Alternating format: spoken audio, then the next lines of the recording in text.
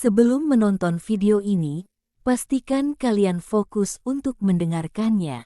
Jika perlu kalian bisa menggunakan headset atau earphone, agar suara di video lebih jelas dan bisa dirasakan. Malam itu, Adam, Reza Rahadian, dan istrinya, Nila, Niken Anjani, serta anaknya yang bernama Nara, Adhar Barakbah, sedang merayakan ulang tahun Adam ke-36. Setelah meniup lilin, Nara ke kamar hendak mengambil kado untuk ayahnya dan Nila memberikan kado spesial jam tangan mewah untuk Adam. Tak lama kemudian pintu diketuk seseorang. Saat pintu dibuka, nampak ada pria botak bernama Karni, Baim Wong, yang dengan wajah tanpa ekspresi menanyakan alamat rumah pria bernama Prio atau wanita bernama Nanda. Di belakang Karni ada dua pria yang mengikutinya. Karena Adam tak mengenal nama tersebut, maka dia hendak menutup pintunya. Namun, tiba-tiba Karni mendorong pintu dan merangsek masuk. Karni melumpuhkan Adam diikuti temannya yang bernama Frankie yang langsung mengikat kaki dan tangan Adam dengan lakban. Karni dan giat menguras seluruh harta Adam. Lana yang datang langsung dipukul Frankie hingga jatuh tersungkur mengenai pecahan piring. Sedangkan Nara yang sangat ketakutan dibekap oleh giat. Namun karena terlalu kencang membuat Nara tidak bisa bernafas dan akhirnya tewas. Nila berhasil menusuk mata Karni dengan pecahan piring, namun karena lukanya yang terlalu parah dia pun juga menghembuskan nafasnya yang terakhir. Adam yang tak berdaya hanya bisa menyaksikan kejadian tragis tersebut sambil menangis. 2 tahun kemudian, Adam masih mengalami trauma pasca kejadian tersebut. Setiap hendak berangkat kerja dia sering melamun dalam mobil dan baru sadar saat asap knalpotnya membuatnya pusing.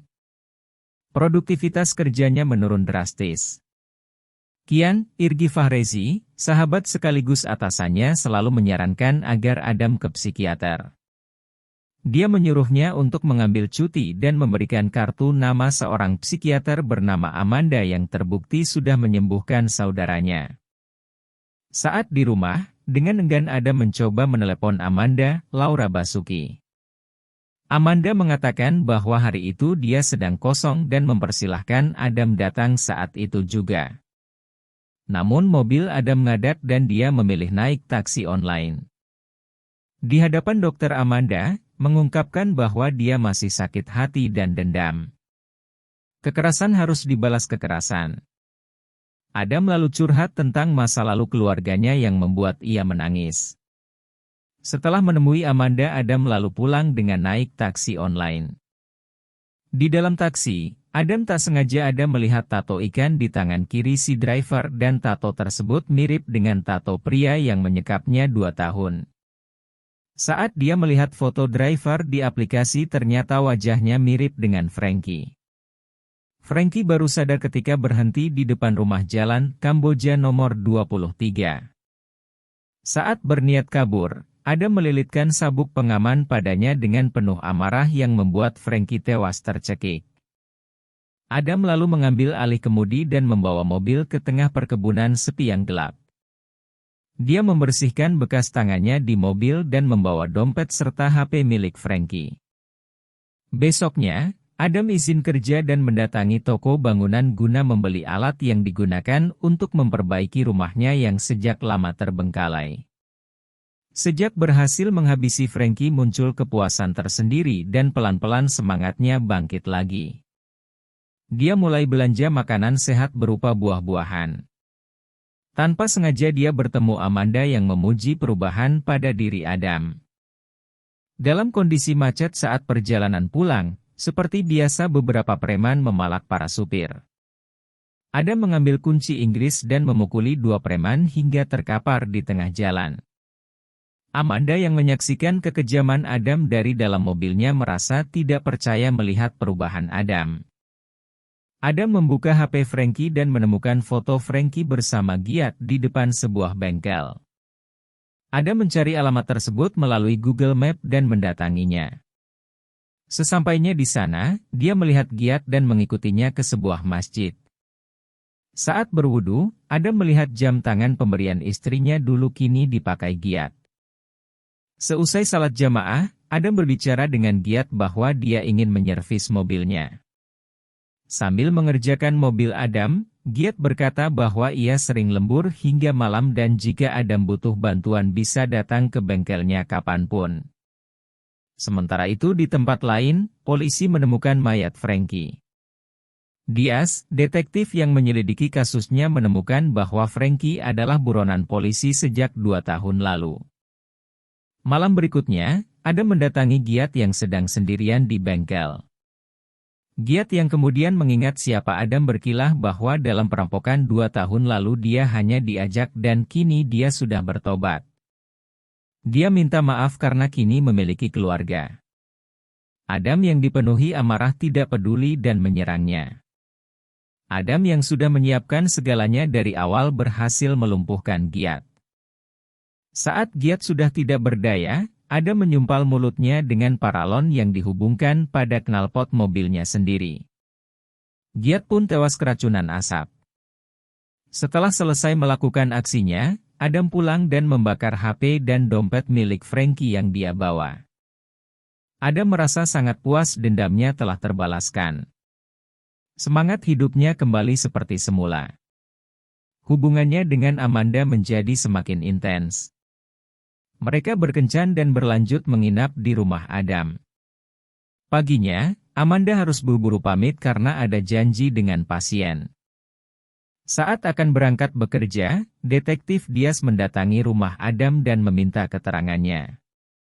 Adam terlihat sangat gugup menjawab pertanyaan-pertanyaan dari detektif Diaz. Namun karena belum ada bukti, detektif Diaz pamit dan berterima kasih pada Adam. Amanda mengajak Adam untuk makan bersama di rumahnya. Betapa terkejutnya Adam saat melihat bahwa kakak Amanda tak lain adalah kepala perampok yang menewaskan anak dan istrinya 2 tahun lalu, Carney. Adam tak tenang saat makan karena yang ada di pikirannya adalah Carney harus mati sama seperti 2 temannya. Dengan perasaan yang tidak karuan, Adam buru-buru pamit pulang. Besoknya, detektif Diaz mendatangi Amanda di kantornya. Dari keterangan detektif Diaz, Amanda pun mulai khawatir. Dia segera memutar kembali rekaman sesi terapi Adam. Dia pun menyadari bahwa orang yang disebut Adam sebagai pembunuh keluarganya adalah kakaknya. Sementara itu, Adam nekat mendatangi rumah Amanda. Rupanya Carney sudah menunggunya dan siap menghadapi Adam. Adam yang sudah sampai di luar rumah, melihat Carney meletakkan pistolnya di sebuah laci. Adam pun masuk dan menemuinya. Carney berkata bahwa malam itu ia hanya ingin merampok bukan membunuh. Kejadian 2 tahun lalu itu tidaklah disengaja dan kini ia sudah bertobat. Ia meminta maaf kepada Adam dan memintanya agar menyudahi semua. Carney juga meminta Adam memikirkan masa depan hidup dengan adiknya, Amanda. Namun Adam yang sudah gelap mata tetap ingin balas dendam. Carney kemudian masuk kamar dan mencukur habis rambutnya. Adam yang menunggunya mengambil pistol Carney dari laci dan menodongkannya ke Carney. Carney menyuruh Adam menembak, namun ternyata pistol tersebut kosong tanpa peluru. Mereka pun berkelahi dan berakhir dengan keberhasilan Adam melumpuhkan Carney. Adam mengikat Carney dengan lakban sama seperti yang dia lakukan 2 tahun lalu. Berbekal palu yang dia bawa, Adam bermaksud memukul kepala Carney. Namun tiba-tiba muncul wanita bersama anaknya yang tak lain adalah istri dan anak Carney. Dengan penuh ketakutan, Carney menyuruh istri dan anaknya lari agar selamat dari tangan Adam. Saat Adam hendak memukul kepala Carney, tiba-tiba Amanda muncul. Dia mengatakan jika sampai Carney tewas di tangannya, sama saja Adam menggali 2 lubang kematian, yaitu buat dirinya sendiri dan buat kakaknya. Saat ini, kakaknya sudah sangat berubah dan juga sudah memiliki keluarga. Adam lalu memukul lantai dengan palu di tangannya sambil menangis. Tak lama kemudian, detektif Diaz dan anak buahnya datang untuk menangkap Adam dan Carney. Jika kalian ingin tahu lebih dalam, kalian bisa menonton langsung filmnya. Terima kasih sudah menonton dan mendengarkan. Jangan lupa subscribe channel ini. Jika kalian suka bisa like video ini dan jika kalian mempunyai saran untuk video kedepannya bisa berkomentar di video ini.